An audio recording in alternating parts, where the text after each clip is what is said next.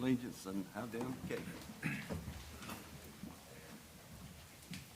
I pledge allegiance to the flag of the United States of America and to the republic for which it stands, one nation, under God, indivisible, with liberty and justice for all.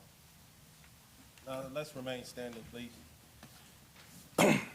This evening, our kind and Heavenly Father, we come thanking you for this day. Thank you for waking us up this morning, and thank you for guiding us through the day and bringing us to this very moment in time. We ask that you watch over each and every one of these citizens that are in this building tonight. Watch over this county government. Continue to fill our hearts with love and the desire to push our county forward. These and all other things, I ask in your Son Jesus' name we pray. Amen. Amen. Thank you, Mr. God. Okay. Moving along to the approval of the minutes. I'd like to have a motion for the approval of the minutes. I want to make that motion. All right, and a second. Second. Motion and a second, any discussion? Here, no discussion, all in favor, raise your right hand and say aye. Aye. Unanimous vote. Okay, moving along to citizens' comments. We have one citizen comments against the rezoning request, Mr. Jason Alt. Come forward, Mr. Alt. All right. My name's Jason Alt. My address is 3391 Edgeland Road, Richburg, South Carolina. 2 properties away from the 10 acres that's in question about being rezoned. And I know I've talked about this a lot, and I'm planning on talking about it for this final time right now. And I just wanted to make sure, after talking to a couple people, that everybody understood that I'm not one of the, and nor or Mr. and Mrs. Blanks, these no people that no matter what comes across y'all's desk, we're going to say no to it. If Mr. Reed would have wanted to build 10 houses on this 10 acres of land, I promise you I would have never been here. I'd have never said a word. In fact, I would have liked to build the 10 houses for him if that's what came about. No problem with him running a business anywhere. And I'm all for business, growth, all that. I have no problem with that at all. It's just that, and if there was commercial property around there, that's another thing. You probably wouldn't hear me talk about it. If that commercial property would have worked from Bojangles down, and this ended up commercial property, I probably wouldn't say anything about it because it worked that way. But because it's residential property on, my property, my neighbor's property, and all around there, and we've skipped over residential property to make this, or trying to make this property commercial, that's where my problem comes in. And, like I told you, it's not that I have a problem with business. It's just, that's residential property, and I would much rather see houses in there. And I've looked around, I've tried to make sense of it, and I still can't go along with making that commercial property right there. I've looked at y'all's property. I looked up y'all's addresses, looked at, y'all surrounding properties. I know Mr. Branham has a large tract of undeveloped land behind his house, and it's in the middle of all residential property. And if that property was going to go commercial, or somebody bought that property and wanted to make it commercial, if you would vote the same way on that, then I would feel comfortable, saying that the vote would be good for this. The same way with Erin's property. When I talked to her about this a month ago, she said she had commercial property all around her, and she's right. There's commercial property that runs all up and down the number 9 corridor. But if it was beside her property and touching her property on that back side where her garages and all are. Okay. Okay. All right, thank you, Mr. Alt. along to the ordinance resolution proclamation. This was for the second reading of 2024-1 to amend the ordinance that created the Burnt Meeting House Cemetery Advisory Committee and to adopt the enabling act on page number 8 there. What was that? I know does anyone want, Mr. Hester, you want to speak to that about what the name is going to be changed to? It will be no more inclusive of all the cemeteries? Yes, sir. I'll be speaking off the cuff because I do not have it in front of me, I but I don't think it have was that name. Chester County Historical Cemetery Advisory Committee. Cemetery Advisory Committee. All right. There we go. Okay, so that's what this is here. So we don't have anybody that would like to speak to that, would they? So that we'll just take this as, for the second reading then, and that will be the name of it. That's what the second reading is about. So all in favor of the second reading? Bids on our 2024 road projects did not come in till last Thursday. That's when they were actually due. And so, again, as with any sealed bid process, there's a vetting that has to take place to make sure that the numbers are accurate and that it meets the scope of the work that we put out in the bid. So that's all taking place as we speak, as well as we wanted to put together a little bit more of an educational type explanation of a process we've created going into next budget year, or I'm sorry, into the fall CTC meeting, where council actually makes the selections of the roads that the money will be allocated to. And so I know last year there was a little bit of confusion maybe in September, or some question as to how roads got selected and time frame that council members were allowed to review the roads. And so we're going to make sure that all of council has 6 months, understands kind of the process, understands the process that Public Works goes through when they evaluate roads, and then obviously council members can have time to talk to their constituents and listen to the feedback from their constituents, and then take the data that we give you to make the informed decision. Now, a lot of it's based on obviously what our allocations are, and the only thing we can base that off of is, you know, this year's were quite different from a one-time allocation funding. So that's all set for the February 5th. Karen, is that the correct date? So that's set for the February 5th meeting. And so we probably will need 30 minutes for that meeting. It'll be set for 5:30 because there's quite a bit of information to go over that evening. Moving on, as I like to do, I like to recognize some of our county employees and some of our staff for when they go above and beyond. And I try to take at least in my administrator's report and recognize one employee. And tonight, I just want to recognize our IT director, David Schulke. And I might brag on him sometimes more than others. I think this is the second time, but I think you'll all agree. David came to me this past week, and then again today we had a meeting, and he's found a savings that it won't go until 2025, which would be 9, 10 months, 12 months. I'm sorry, it's January. 12 months from now, but it has to do with the contract. But it's $100,000 savings that he found through reviewing contracts. And that's one of the things that we've asked all our directors to do, is review our contracts, take a hard look at contracts. How can we do things better?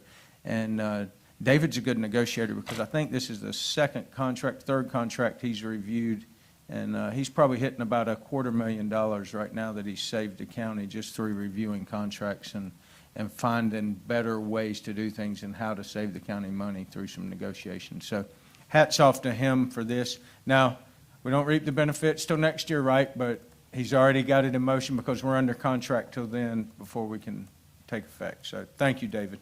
I know Karen sent an email out to all council members, but just to remind that Catawba Regional Mental Health Board, we need 2 appointees for that board. And I wanted to read the requirements out to Facebook and those watching, plus those here in our audience, as to what the requirements for that position is. We had a retiree, and we also need a medical doctor. So membership criteria, the board shall be composed of not less than 7, no more than 15 members. Membership, so far as may be practical, must be representative of local health departments, medical societies, welfare boards, hospital boards, and any associations concerned with mental health, as well as labor, business, and civic groups in the general public. At least one member must be a medical doctor licensed to practice in South Carolina. Members are appointed by the governor upon recommendation of the legislative delegation. The delegation may delegate to the county governing body the authority to make the recommendation to the governor. Chester County has 3 members of the board. The county council makes the recommendation to the governor. The term of office is 4 years, and a person may serve consecutive terms. So we're looking for 2 positions, and one of those must be a medical doctor. So that is for all of council to take into account and maybe come back or get with Ms. Lee on a recommendation. And I say that so that anyone listening or watching that might be interested, contact your district council person to express your interest, or Ms. Lee, and she can fill out or get the proper paperwork. Next, I just want to briefly, I know that there's been some issues with regard to the Carolina Gypsum plant right over here located just across behind the KFC by the county school bus, and with some of the dust at one point, they had a malfunctioning piece of equipment that was causing quite some problem in the community. And I just, Mr. Levister's been working closely with the owners of that business, and so I wanted to just read an email that came to us last week from the owners of Carolina Gypsum, and I think it does a really good job of explaining what is the material out there, what's going on, and kind of some of the steps they're taking. We actually had another conversation about it this morning. But it says, we are willing to work diligently to move the gypsum product from in front of the proposed storage area to behind the buildings. One of the issues that we have with it is if you drive by there right now, there's piles of that gypsum material that are piled up along the side and in front of the building, creating kind of an eyesore. And that's to help the curb appeal, they stated. We've planted some bushes and trees that should help with this. Come spring, the raw gypsum is commonly referred to, because we've had a lot of questions, what is gypsum? So it's commonly referred to land plaster. That doesn't sound good, but it's applied to most agricultural fields at 1 to 2 tons per acre, and its pH is neutral, so the product is not acidic nor is it corrosive. So I know there was some questions about that from the homeowners there with that stuff sitting on their car or getting on their outdoor furniture and so forth.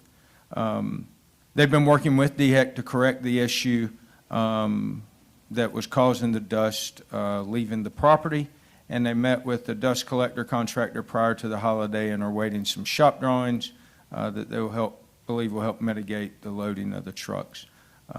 So they're also doing some dust collector stack testing as well, and they've stopped using the machine that was causing the dust. They've been manually loading. It's a slower process, thus the buildup of gypsum out front. So, but they are working with us, and we're trying to get that situation remedied.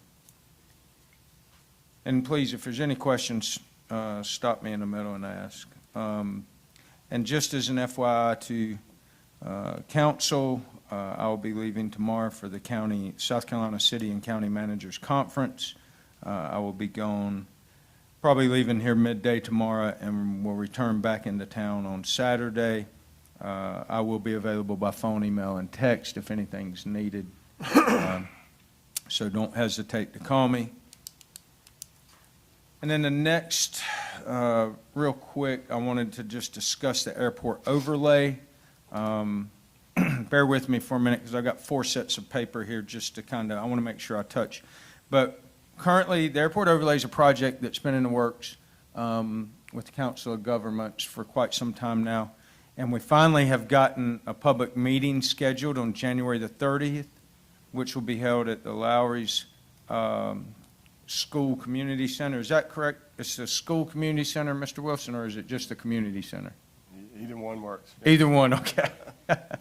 The meeting will be from 4 PM to 7 PM, and this is not a public hearing, but rather a public meeting, where at that meeting, there'll be members of the Council of Governments, there'll be members of our staff on hand, members of the FAA, our airport staff, as well as people from the aeronautics community as well, that will be there to sort of answer questions for any of the community members that want to attend. So we mailed, to get this, so the process for this will be the public meeting, then it'll go before the planning commission, and then it'll come before council for 3 readings to approve the airport overlay. So that's kind of the steps in this process. So hopefully by around March, we're wrapping this up. But we just mailed out, Mr. Levester mailed out postcards the 12th. Is that correct?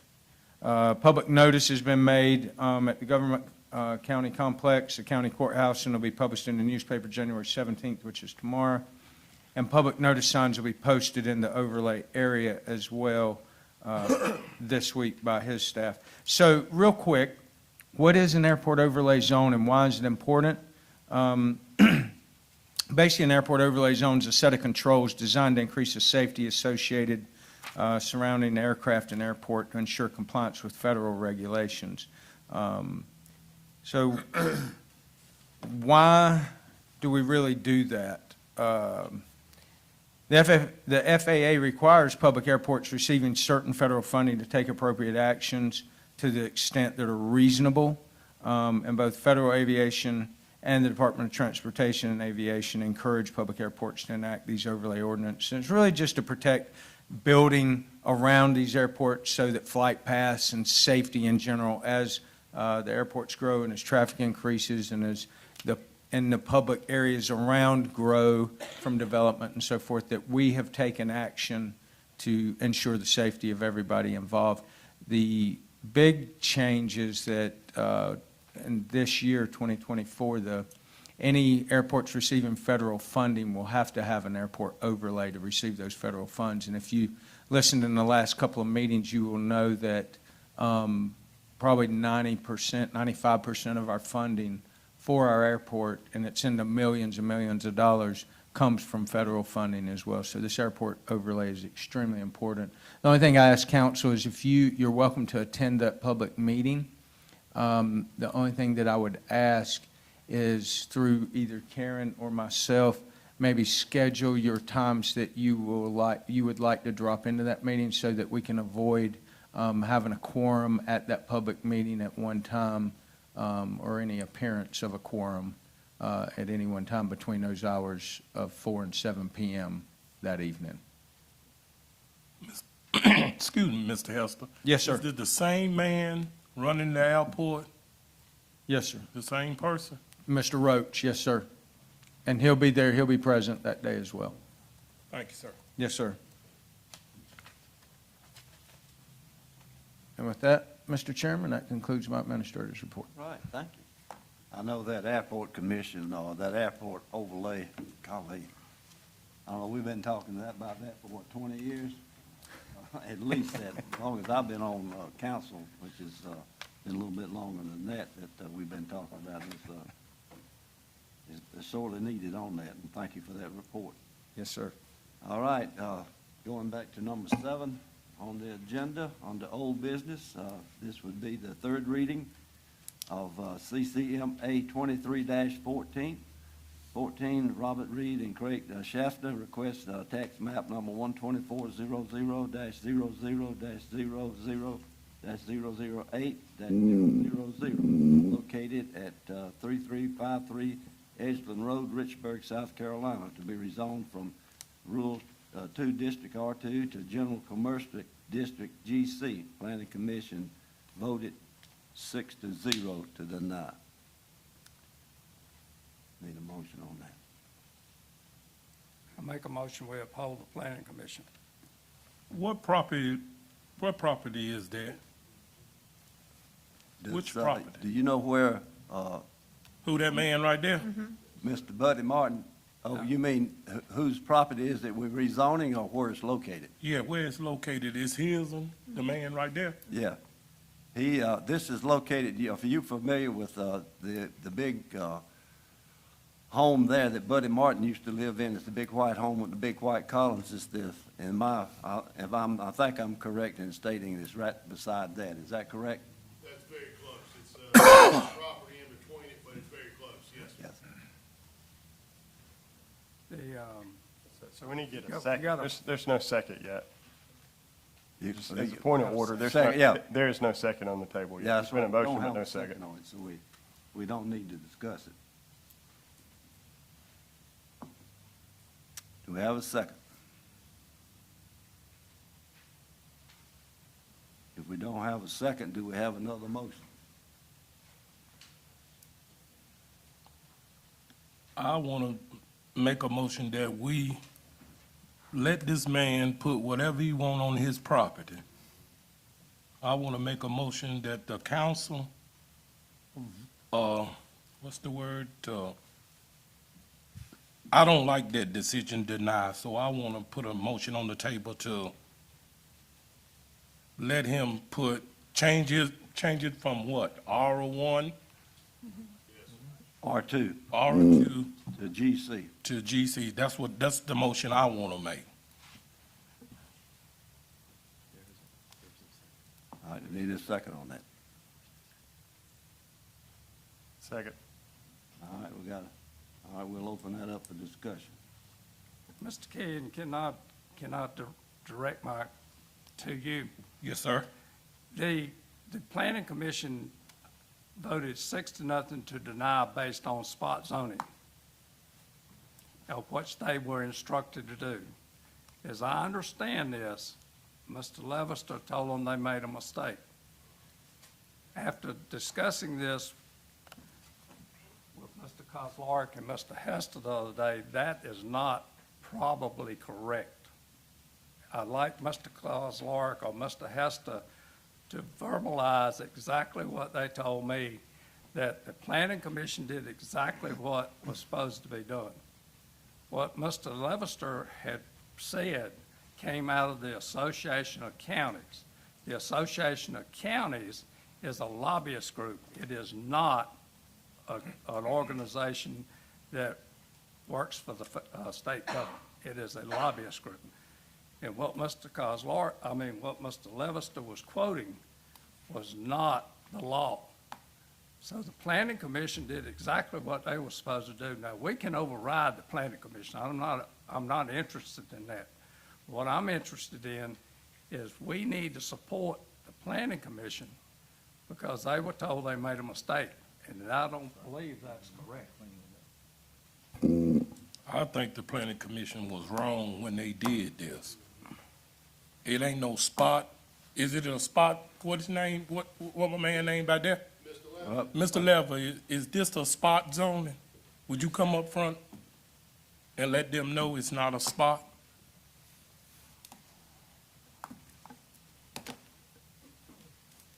It's not, good evening, council. So it's not considered spot zoning. Our ordinance doesn't address spot zoning.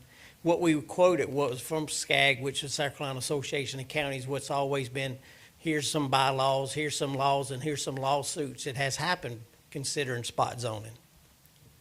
And- But they were saying it was spot zoning, and what we referenced was, how do you consider it spot zoning when it's greater than 2-acre parcel? I would like Mr. Kozlarek to explain. Let me try first to see if, because we were both there. So so if you look at spot zoning, there's no definition that says, well, if it's 2 acres, 3 acres, 4 acres, 5 acres is spot zoning. It defines it as small parcel, rezoning.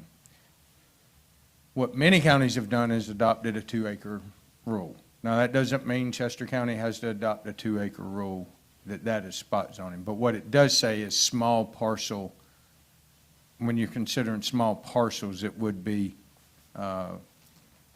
considered spot zoning, correct? Yes. So I think what we're getting at is there is no clear-cut definition for it.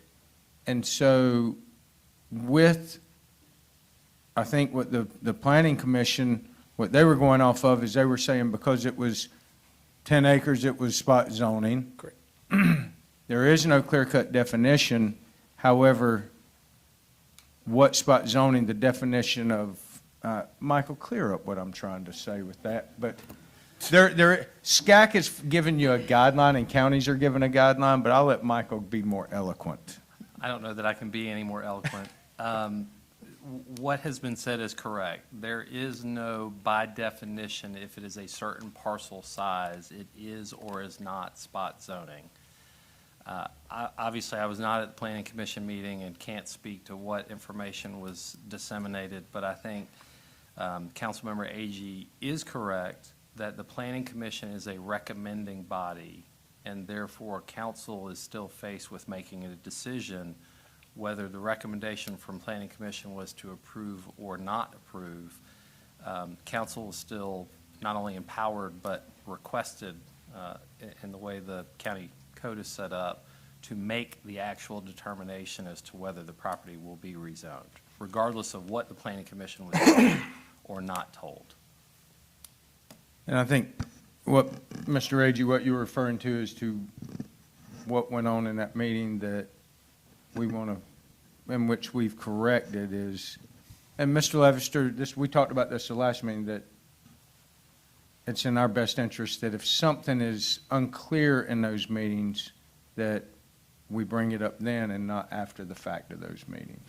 So what you're saying, this is a good example of our system that we have put in place working, so that if the planning commission gets something wrong, like we're saying that they possibly got it wrong, the system works now for us to correct.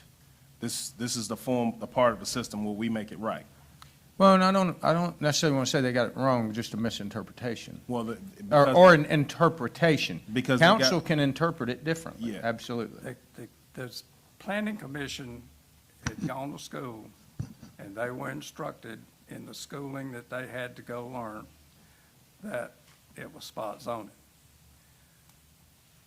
That's what they were taught. Now we're saying they were wrong, but they were right for the sake of argument and how you interpret it. My point is, we appointed 6 people to go study and learn and come back and do what they're supposed to do. And we're not gonna pay them any attention, or we're not gonna help them and do whatever. If we're gonna overturn it, that's, I don't, it is what it is. But here again, there's a lot of little things that we don't quite understand, and we got a lot of bad information previously. Now, we've got that fixed. And what I don't want to do is have a problem right now because we didn't do exactly what we were supposed to do. That's my point. So for my clarity, because I'm still not clear, because it's 10 acres, it's not considered spot zoning. There's nowhere in our ordinance that says whether it's 10 acres, 1 acre, like me and Michael talked this morning, if it was a 1/10 of an acre, there's nowhere in our ordinance that says that would be considered spot zoning. So the conversation So to help that my I had clarity, after- where did that even come from, that it was spot zoning? that was just I think it's just a term that people use as Yeah. saying you can't just drop something. Erin there has and been it's at the called- meetings because she was So served on the that planning term was commission. just brought up at the meeting that this was spot zoning? Correct. That was from one of the commissioners that he was going to deny the request because it's spot zoning. Okay. That was his recommendation to the board. And this man already got his business on this land, right? And he There's no trying to business, there's expand. no business on this parcel. Yeah, but He he has trying to business expand. down the road. Yeah, He's he trying to expand to a different, to sell utility trailers or gooseneck trailers. is And what- it's his land, right? Correct. Now, one thing I do want to clear up is, I'm a strong advocate of getting the right information out, because we do have citizens listening to these meetings, and during the citizens' comments, it was stated that there's no general commercial in this area, which is, I want to clear that up, that it is general commercial in this area. It's actually general commercial on the property that he's operating on right now on the other side of the street. Correct. I am correct with that, right? Yeah, I wanted to make sure that that information is That was correct. No reason- matter what we decide, there is general commercial in this area. That was rezoned from limited commercial to general commercial on April the 18th of 2023. That's correct. The commercial is Bojangles and the new veterinary clinic that's being built. Those are the two commercial pieces of property that's on that same road. Plus what he's operating on right now. Well, he's at Nandy's Road, which is not, Well, Yeah. piece that he's on, it's bordering, it's on Edgeland Road and Hernandez he Road. does have, yeah, he does that, you're right. I'm looking It at, has road frontage on Edgeland Road and Hernandez yeah, Road. I'm looking at it on the beacon right now. It's on Edgeland and Hernandez. It's on the The backside of it borders industrial. Okay, sorry about that. Y'all, we I just all, wanted to clarify that. we all make mistakes. This council is not perfect. We're not perfect in the zone, they not perfect. But we gotta make the right decision. That man already got his business on this property, and he just wanted to expand it, and we trying to tell him, no, he can't do that, and I think that's wrong. Okay, any more discussion?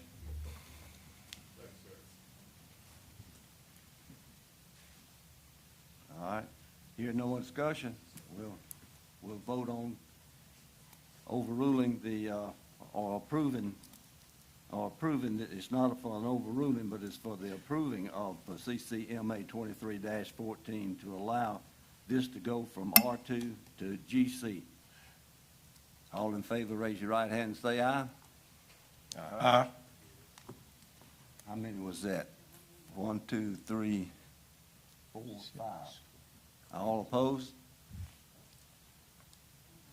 1 is 6. Where's the 7th vote at? Did you vote? There were 6 yeses. Did you vote? Yeah, I voted. Counting myself, yeah, all right. So, 6 to 1. All righty. So that's approved. Okay, moving along to B, the third reading of CCT 23-04, GC, Chester County Zoning Ordinance, a text amendment, general commercial regulation for conditional use on the Chapter 4, which goes over to 4-117, recommendation to add new text on general commercial district regulations. Planning Commission voted 5-0 to do it. Now, this here is where a guy has a meat process, and he can only process deer in it. He can't process anything else, so, I make a motion, we approve the, okay, got a motion to approve. We need a second? Second. Second. Any discussion on this? Hearing no discussion, all in favor of approving CCT 23-04 GC, raise your right hand and say aye. Aye. Unanimous. All right, the next one is on the C, the third reading of CCTA 23-05, Chapter 3 of 3-107, which is the accessory structure, which is a text amendment to add the new text. And the new text on this has to do with putting a carport near your home. And it states on the changes on that is, however, automobile garages and carports shall be allowed to be in front of a principal building by meeting the front yard setbacks and the applicable district. Need a motion on that. I make a motion, we approve the third reading of CCT A 23-05. Second. All right, got a motion and a second. Somebody could maybe give me the history on it, is how are we approving zoning changes with Rock Hill addresses?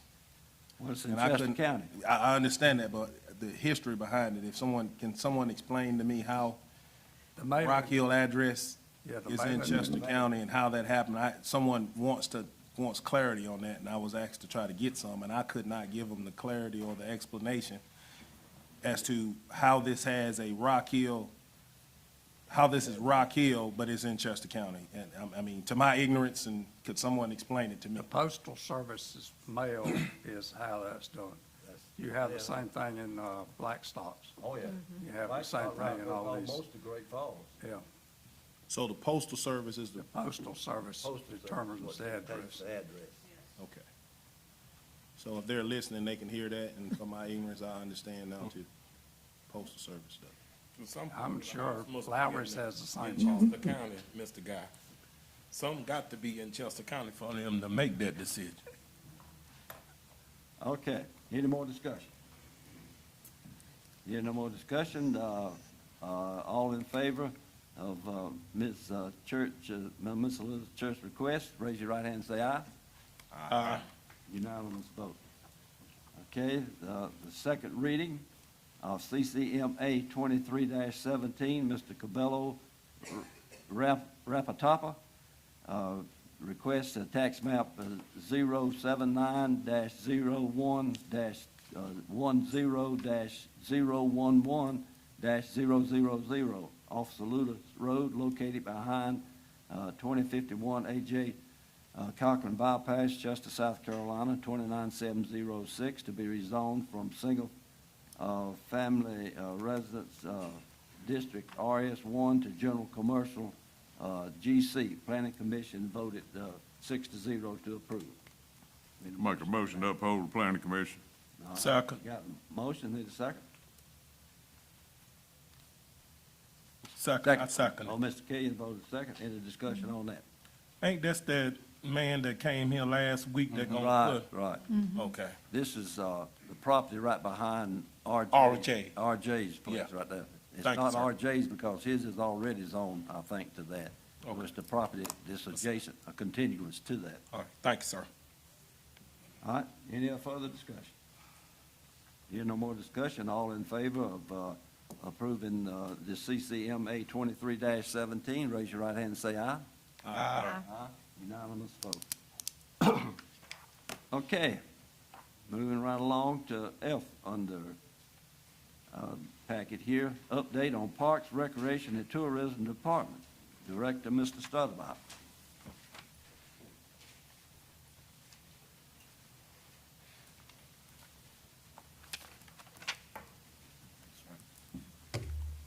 How you guys doing tonight, council? Thanks for letting me speak and share. Had a nice conversation with Mr. Hester last week, and we were talking about the different departments. We had Parks, Recreation, we have Tourism, and then the Gateway. And when I started on August 28th, that was my first day of work. Seems like I've been here a lot longer than that now, but the Gateway has been real important to me. To try to work on it, to try to bring it back, to try to address some of the problems there. In my former life, we had an event venue. My wife's still managing it. It's up for sale. I hope we get it sold soon so I can get them down here. But I really want to see that place come back. I want to see it do well. And Mr. Hester really wanted me to share some of the things that we've done, some of the things that we're doing moving forward, and things that we have to work on. So just to get you started, one of the things I reviewed very early was our charitable request guidelines. We kind of were getting those in a lot of different directions. So we tried to standardize those and get a good guideline in place so it was fair to everyone. My team helped me develop some social media guidelines so that we were able to use those to advertise the Gateway and tourism, and we passed those along to Mr. Hester. We had a part-time maintenance position that had been open for a long time. When we had the job fair at the Gateway, which is an important thing that we have job fairs there, we were able to get a couple candidates from that job fair, interview, and get a tremendous person hired there. That it's really come in very important, as you will see here in a minute. Another thing that I saw was, I'll just be frank with you, I didn't like how the inside of the Gateway was being taken care of as far as our contract and our cleaning. So we looked at different services. I worked with Mr. Hester on that and our contract team, and we hired a different cleaning service. They also do the county building here. And in the last 4 months, we checked with Susan today, we'd saved about $1,896, and the work was a whole lot better. But we also used our PRT staff when it wasn't raining, when it was raining or bad days out to help clean bathrooms or to help clean offices, and also our new hires. So that person has really benefited us. I didn't really like how the gateway didn't get mulched over the winter, just kind of sat. So utilizing our new supervisor, we were able to order a tractor-trailer load of mulch so that we could do the winter and the spring, and that saved us about $6,000 off our budget. So we're really trying to cut some of those expenses. And then one thing I didn't like coming back from South Carolina, and we're still working on it, and then going the other way, from Virginia, and then going the other way back on the weekends, is I couldn't see the big sign we have out there. And so I talked to Mr. Long, and he had estimates at $6,000, and I said, well, I have new maintenance, I have another maintenance position, I have PRT, so we started cutting trees down. I think we've got 4 or 5 down and removed and the stumps cut to the ground, but we still have 2 more to go, so we're working on it. But you can see that sign a lot better.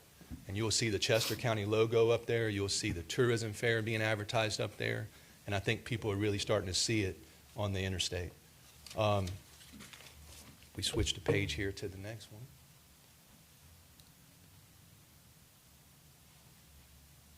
Make sure I'm on the right page here. So here we are. So another thing that we did, and David helped us with, again, is we updated our camera licensing system, so we have much better remote viewing of our camera system. That gives us a lot of information. If we have damage during an event or different things, our camera system is much more versatile than it was before. We had an interesting one. We had a last-minute booking from the Oxygen Channel. Mr. Dorsey was part of that filming there at the Gateway. And we negotiated that they include Chester County Parks, Recreation, Tourism in the credits, so we would get nationwide exposure. I met with Mr. Pope concerning the match that you guys made on the AV. One of the things I didn't like when I came in is we were going to do an AV upgrade across all the rooms at the Gateway. And when we do something, I like to do it exceptional. So Kimberly and I spoke, and we brought Mr. Pope in, and we looked at it, and we said, you know what? Let's do something exceptional. Let's get these rooms back to top technology, because one of the things we're lacking in is bringing in conferences. And that was mostly because our technology was outdated. So we looked at it. We budgeted for the 2 rooms there when you walk in on the right to have to top everything, sound panels, the whole deal. And then we looked at the ballroom, and we brought it up to speed. We got it all in budget.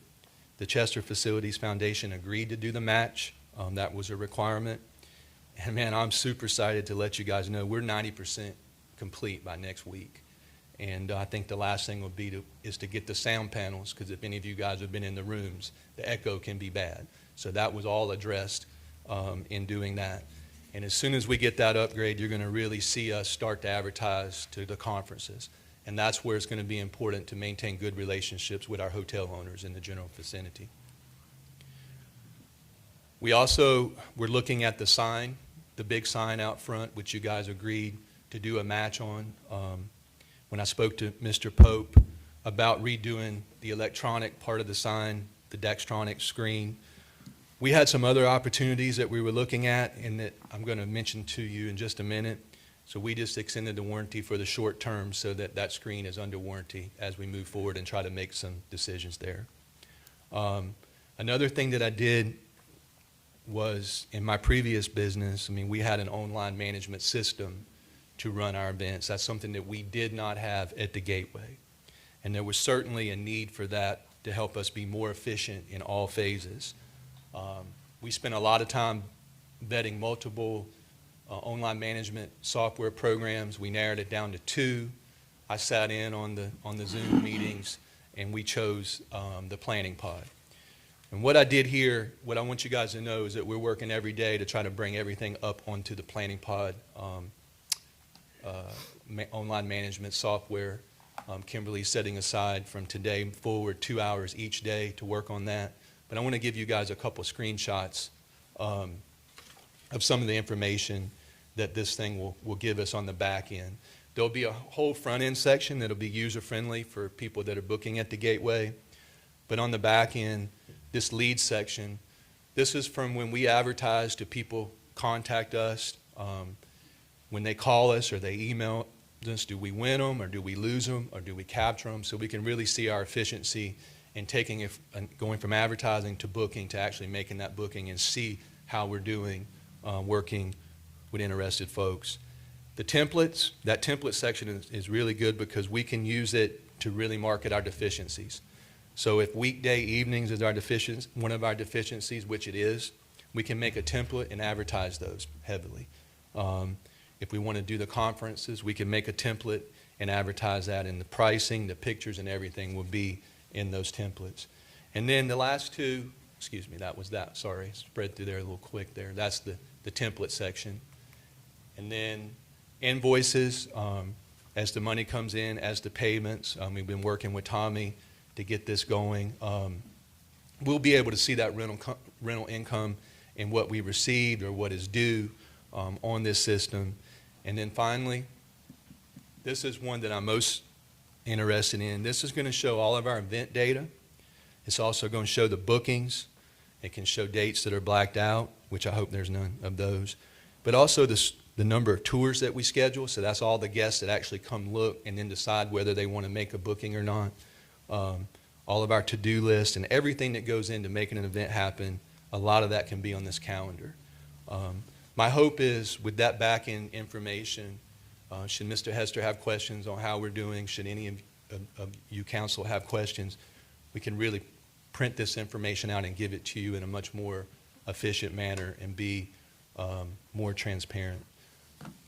As we move on here, I want you guys to know that it's the utmost importance to me to have the Gateway in top condition by February 1st in our tourism fair.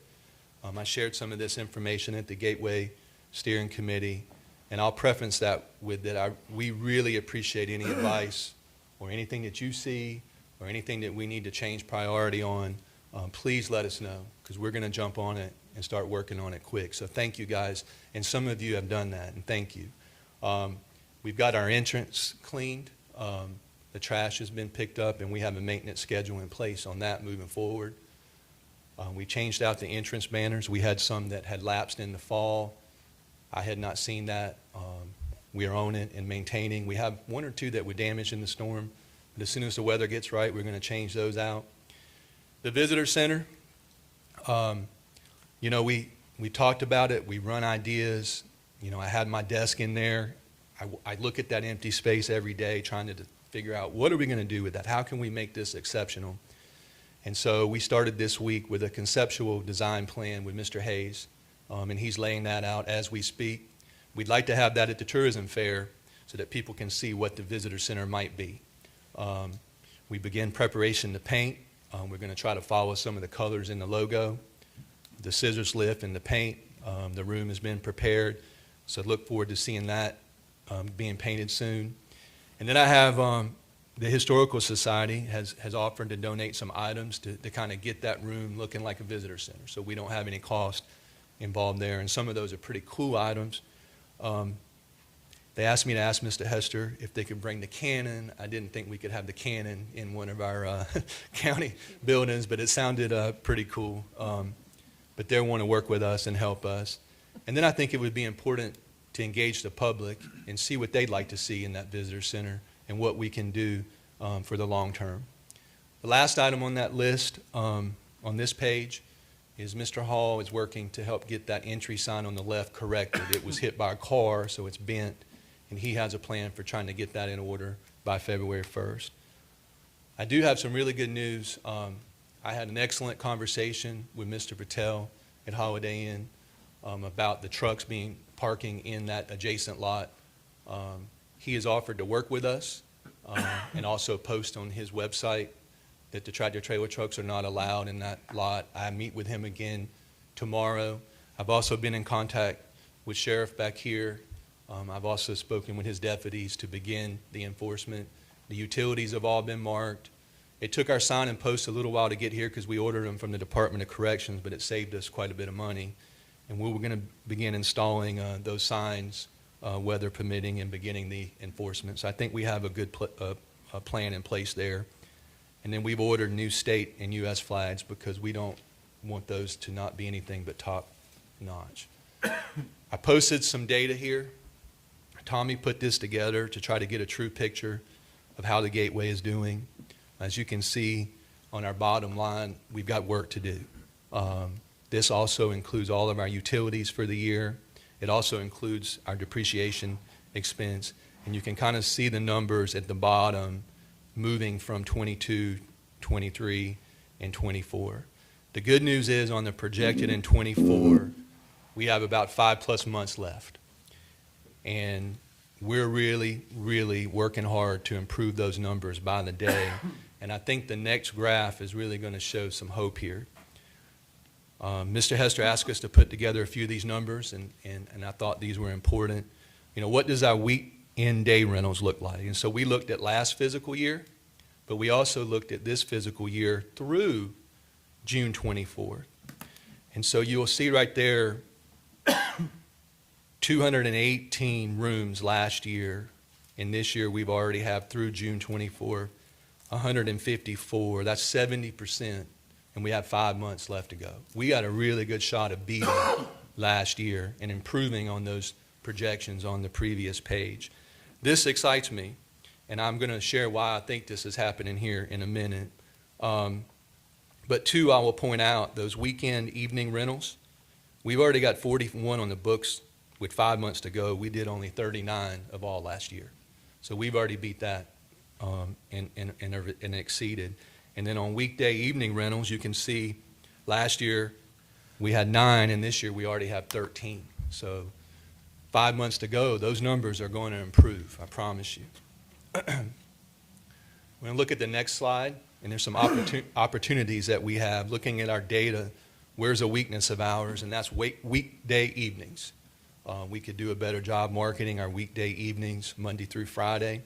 I think that our planning pod will help us so that we can market those specifically. And also, one thing that I was successful with our event venue was seeing where we were lacking and marketing those specifically. So 2 weeks, Friday's open. What can I do to get people in there that Friday at the last minute? So our planning pod will help us be more efficient on that. As far as conferences, those AV upgrades are going to be huge.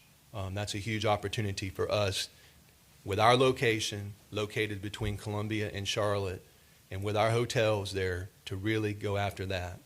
Naming rights, you know, a lot of the rooms, the naming rights that were made on the rooms from all the different companies, we'd have to make sure we structure it correctly, but it's just an idea as we look to improve that bottom line.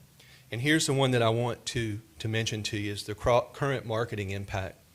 I think the reason we're trending well is because we are promoting that Gateway every time we promote tourism. And when we promote that tourism fair, the Gateway is getting promoted in cross-promotion. And some of my ads that I've done on the online advertising, which Mr. Hester was very supportive of me getting that in place, we reached over 50,000 people uniquely, and we're just begun. So the name is getting out, it's getting out, and if we do the things we need to do on the inside and on the outside, and we market this and get the word out and cross-market it with tourism, I think we're going to start to see a lot of improvement. To finish up on the Gateway moving forward, I really want to research and develop the event impact numbers.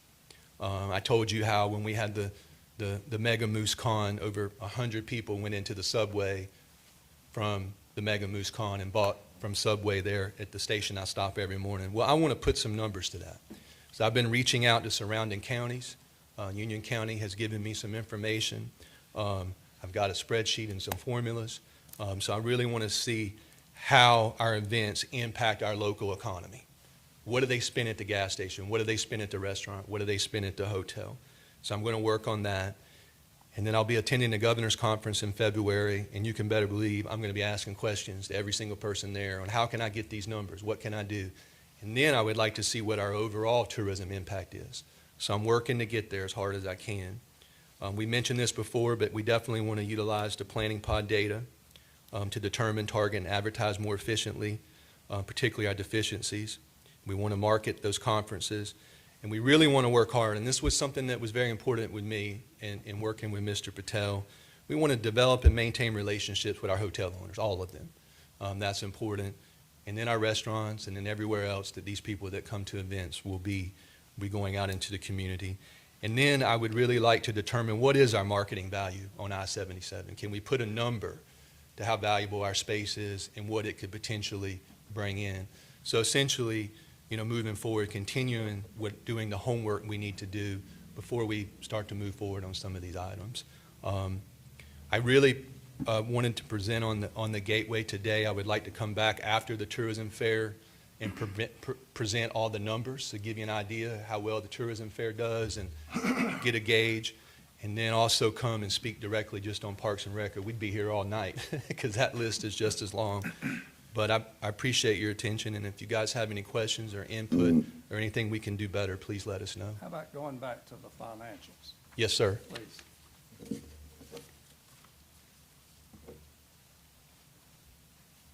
This one or the previous one? The Okay. one with the numbers. Okay.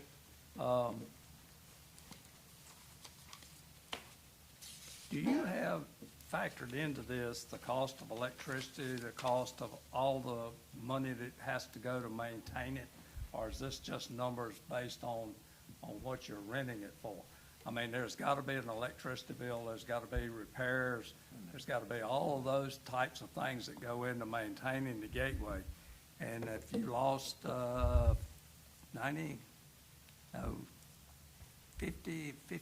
thousand, whatever, if I read that right, I can't hardly see it. Are all of those numbers put into that?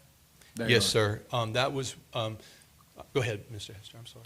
So if you look at line under expenditures, out of Fund 5211's public utilities, that is utilities. So if you look at 24 projected, those are projected numbers based on 7 months thus far. So Tommy and I went through these numbers today. And that was, I wanted to take a minute to explain with council a couple things. If you look, there's some blanks in, I was looking for our, well, we put the depreciation expenses there now because we went back and corrected it. But anyway, if you take a look, the projected, that's based on a formula based on where we are year to date. That number could actually drop. We went back and we ran the numbers based off of last year's where we are year to date, not based on the projected formula, we actually should come in about 50-something thousand on utilities. But that is the actual utilities. Now understand this report, here's one of our problems. Some of this, of the Gateway is out of the general fund, and then there's some of it paid for in different funds. It's not, from an accounting standpoint, about 5 years ago, there was a change in how it was done. Tommy and I have had some discussion, and even further today, to where we put it in its own revenue and expenditure center and create its own sort of fund so we can track the numbers better. His planning pod's going to do a world of miracles for us.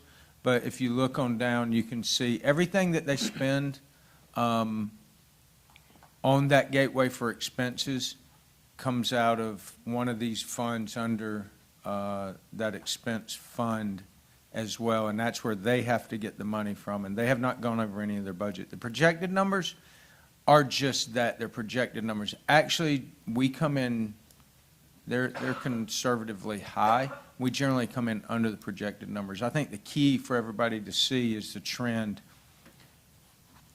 And some of this is unfair to him from a depreciation standpoint too, right? So if you just take a look at the gain and loss though, where are we trending, 94, 69, 50? I'd be interested to go back and look even years prior to that. So it's trending in the right direction. Everybody gets it and knows where the money's, knows where we have to increase the revenue and where we got to decrease the expenditures and how we do that. So I think that's really the key when you look at these numbers, but the numbers are there. I just got one question. I'm just looking at the big numbers, and just one question since we brought this up. Item number 5204. 52 what? 5204, professional services. Yes, sir. That's a pretty big number. What's all involved in the professional services number? I would say, oh, I'm That sorry. would be your, I'm sorry, I No, don't go mean ahead. to steal your No, you thunder. go I just, Go ahead. that would be your landscaping, your grass cutting, the So that the wouldn't be. cleaning crew that comes into that, any, well, I shouldn't say security, anything else outside of what his group does, anybody else that comes out there and does work. So that could be repairing the concrete out there as well when a truck tears it up. Some of that could be. Well, because I see two of them. I see a general maintenance and repair also. Then I see the professional services. So I guess they kind They're of similar. Professional services is where we would do any of the contractors that have a contract with us. The general maintenance and repair would be stuff they There's bought. probably some room in there to knock that down if we dig into it a little bit more. And that's what I can he's, print those out for you. I mean, I can share with you that more in depth, Yeah. those details in those two funds. if yeah. That's okay. And I think Britt's done a great job Oh, yeah. of taking all of those professional services, just like David's done with the contracts, looking at the contracts and saying, can we do this with our own staff? And, what would it take and what would it cost if we hired the staff to do it as opposed to the contract? So they're really doing a fantastic job with it, but I'm glad you guys are looking at those numbers. I was scared that he showed these numbers because I think they're unfair to him, to be honest. Until we set it up to where it's really its own fund, when you truly see The income. all of the expenditures, because we're pulling these out of general fund, a lot of this stuff. And some of the stuff is also paid for by A-Tax, which isn't shown here as well, so And I just- think that's, I'm really impressed by the revenue number. I didn't know the revenue number was really as Yeah. high as it is. I thought it was lower than that, so. I know you're talking about advertising and marketing, because I'm looking at the advertising and marketing, and Yeah. the books and printed materials, and then advertising as a whole. That needs to, I know you know that, it needs to go up. Yes. So I'm looking at that. Absolutely. And So- we're prepared to do that, and you are absolutely correct on that. And I didn't, I had no clue it was that amount. So that's really low in my opinion. So if you're doing everything that I know you're gonna do, because I Yes. know you're excited about it, so that'll increase and we'll benefit from I it. think the whole goal of having that February 1st tourism fair was to light a fire. And when we get people there and get fired up, then unleashing all of this, and our A-Tax dollars will pay to advertise the Gateway. So we have those monies, and Mr. Guy, I can break those down for you, so you can see those. And then I also want to toot David's horn. He helped us negotiate a lower Adobe contract, so he helped the Gateway save money as well, so there you go. I got a question. David might get coffee in the morning. Yeah. Keep on giving. I got a question. It ain't, Go you ahead. might know, but I'm pretty sure me, Pete, Mr. Brownham, and Mr. Vaughn, it was a motel down there in Richburg. Wouldn't let people in Chester come to it. Y'all remember that? We talked about that? Is that still going on in Richburg? I have heard that. I cannot You confirm. need to find out. I will. Please find out. I'll report 'Cause back. I think that's wrong. Yes, sir. I plan to meet with all the hotel owners as we go, so I'll report back to you on that. Thank you, sir. Does anybody else have any questions? I At just the like- end of the day, Mr. Hester, I don't know when you're gonna get that done, but obviously with the budget coming up, the Gateway needs to have figures that's standing on its own or it's not, period. And if you're paying, the economic development, is that split out? All of those kinds of things need to be where we stand alone. We have a problem with the county, not any of that, but we need to understand that the citizens can understand this, where they can understand how much money we spent, how much it costs, and look at all of that instead of, my wife manages a checkbook, so I completely understand counting the money. Yes, sir. Mr. Stoudemire, I'm gonna support you 100%. Just keep up the good work. Thank you. I appreciate that. I also want to comment on just how much you have gotten done since August. It's absolutely amazing, and you're making some changes that will have a lasting impact on Chester County as a whole. I'm very excited about this and look forward to Thank the It- February 1st event. Thanks, Mr. Vaughn. Please hurry up, move here. What's that? Please hurry up and get moved here. We had 4 showings on our place this past weekend, so say a prayer for us. I want to say one thing, just, I will say, since I joined council about 7 years ago, the Gateway's always kind of been a frustration of mine. I always wanted, I knew it had more potential than we were getting out of it, but we really didn't have the resources and the attention to it to really make it happen. In your presentation tonight, you really drove it home that this is going to be an exceptional place, and I do believe it's going to turn profitable, and that will be a very good day when it does. Thank you. I'd like to say a couple of things. First, on the trees that you removed, those are the ones that's basically in front of the gateway, the In ones front that of, was in front blocking of, the sign. in front of the big sign, yes, sir. I've always been a proponent of if we could get those trees down, I don't think the highway has any problem with it. Inside our property, from there back to our property line, just throw those trees down, you could see that sign all the way from the rest center. And that's what I'd like to see happen in the near future. I mean, it would be any more than just throwing those trees down and limbing them up and let them lay flat, that I don't think we'd have to remove them. Wouldn't take very much to do that, but that would, you talking about improving the visibility of that sign, it would. Ms. Jennings reminded me that at the Gateway meeting, didn't she, Ms. Mosley? So, Yeah, and thank you. also, the intangible part of the gateway, when I was working more closely with economic development, every time we'd get an industry in here, I would ask them, I say, what kind of an impact did the gateway have on you? And what they were looking for is a county that was investing back in themselves, spending money. And we went out on a limb to do the gateway, and I was a big proponent of that, and I'm still am. And I'm glad to see that you're trying to make it be profitable, but it's no telling how much money we've gained from industry coming in here with the impression that the gateway made on them, because I've talked with, I don't know if Mr. Long and them have heard that also, about the impression that the gateway has when industry comes. You got a first impression means a lot. Yes, sir. And I'm telling you that gateway really impresses people when they come Yes, in sir. there. And thank you for all you do. Thank you. Thank you very much. And I just want to say thank you to every one of you, but I also want to mention that my staff has been incredible, and they've really stepped up to the plate, and none of this could be possible without them and their ideas. And I tasked them, we sat down this morning with 78 tasks, and they worked on those tasks all day, but they came in to check on how this presentation was going and to give me information. So they're working really hard to make the gateway better. So thank you guys so much. Thank you, Mr. Donovan. Thank you. All right, moving to number 8, boards and commission. We have number A, resignation of Carolyn Williams from the Planning Commission. Councilman Guy. Yes, Chairman, we have received a resignation from Ms. Carolyn Williams.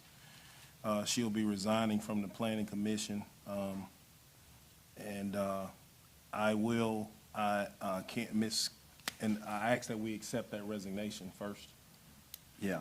And then I will be getting someone else on that Planning Commission real soon. I've already spoken with someone else, and our clerk to council has already sent the application. So we'll, to let the members of the Planning Commission know, I will have someone moving into that spot, hopefully real soon. That's your motion to My motion accept is her to resignation. accept Got a her second on that? resignation. Second. Any discussion? All in favor, raise your right hand and say aye. Aye. Okay.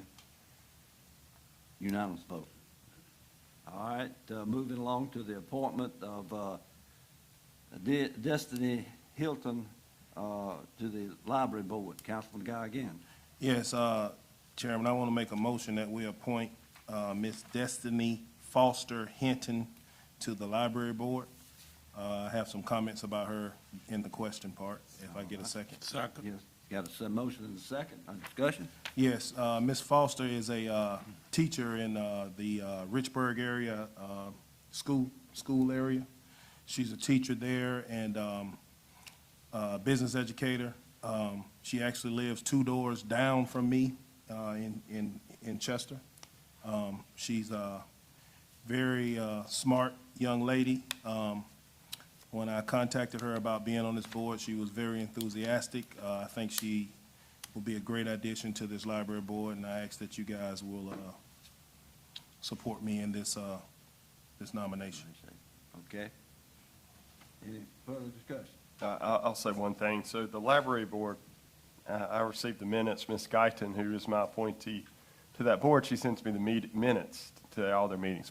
That's a really good board, and they do really Yeah. good things. I really appreciate the work that they put into that board. So I know she will be a good addition, and she's going to be impressed by the other folks on that board.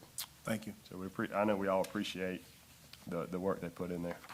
And they bring it to you too, 'cause when I go in the library to fax some off, she come out, this lady work at the library, she come and let me know everything. And I like that. We have that library board, and we need a lot of good people on there, because that library board holds a lot of liability. I mean, it's more than, when they was telling us what they do and what they're responsible for and what it all boils down to, it is, so that's great. So we need good people like that. Thank you for Mr. Guy. So all in favor of Ms. Henson, raise your right hand and say aye. Aye. Unanimous vote. All right, next on is the executive session. We got economic development matter, project 2373. We got a personnel matter regarding the county council, and we also received legal advice regarding the Great Falls Fire Department. I need a motion to go into executive session. I wanna make that motion. Second? I'll second. All right, got a motion and a second. Any discussion? Hearing none. All in favor, raise your right hand and say aye.